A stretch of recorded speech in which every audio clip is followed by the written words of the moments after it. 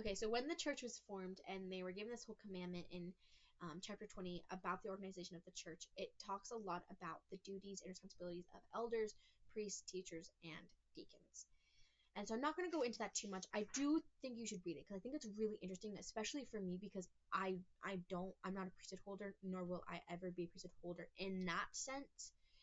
But it is really interesting to read because like I have brothers and I have brothers who have the priesthood. And so it's just really interesting to just think about it. And I actually kind of send these verses to my brothers sometimes because I don't think they fully understand this magical gift that they have. But so anyway, I challenge you to read that. But today specifically, we're going to be talking about verse 51, which is one of the duties of, really, it's the duties of anyone. But specifically, it's saying that it's the duty um, of the elders and the priests. But really, it's a duty for everyone. Here's what it says. Visit the house of each member, exhorting them to pray vocally and in secret and attend to all family's duties. And I love this verse. It's saying that these elders and these priests need to go and they need to visit people. It's their job to go and visit and to make sure that they're, exhorting them, let me look up the definition. I looked it up once. Let's see. It's kind of cool, the definition of that. Exhorting definition. Strongly encourage or urge someone to do something. So they have to go and they have to encourage and to bring people to do these things.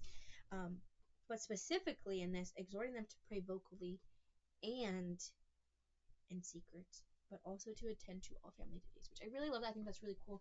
But the part that I really want to focus on, because when I was reading this verse the other day, I was like, this is a really cool verse. And then I had this thought that was like, oh, that just made it even more amazing. And I wrote down in the margins and it says, who can I visit today? Because when I first read this, and I'm going to get to this in a second, but when I first read this, I was like, okay, this is great, but I can't go visit every single member in their house. Like, that's an impossible task. I'm way too busy for that. But what I can do is pick one person. And they don't have to be a member of the church, honestly. Just pick one person in your life and visit them. But here's the thing. Because of technology, yeah, sometimes it's not possible to go visit them in person, but because of technology, we can text them or we can call them. And yes, visiting in person is ideally like that's the most ideal thing. So there's just something really cool about visiting in person. And if I had more time, I'd tell you stories. But I visited people in person before, and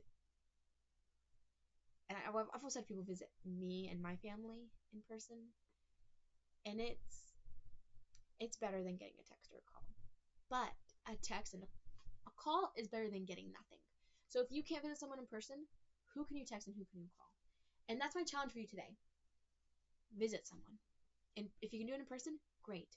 If you can't, do it over text and call, because that is so much better than anything. That is so much better than nothing. That's what I meant to say. So pick someone, because I bet as soon as I ask who should you visit, someone pops into your head. I guarantee. And if they don't, that's fine. Go, like what I do is I literally will just scroll through my contacts. I'll just and wherever it lands, I just pick someone, I text someone. So if someone didn't come to your mind, go do that. If someone did come to mind because the Holy Ghost is prompting you to text someone, go do that. Do it right now. Stop what you're doing. Stop this podcast, whatever. Go and text them. Go and visit someone and watch what happens. It can be pretty cool. Especially if that person that you are prompted to go and talk to, if it's prompted from the Holy Ghost, chances are they're going to need it. And you're going to bless their lives because you visited them. So go visit someone in whatever capacity you can. And I'll see you tomorrow. Bye.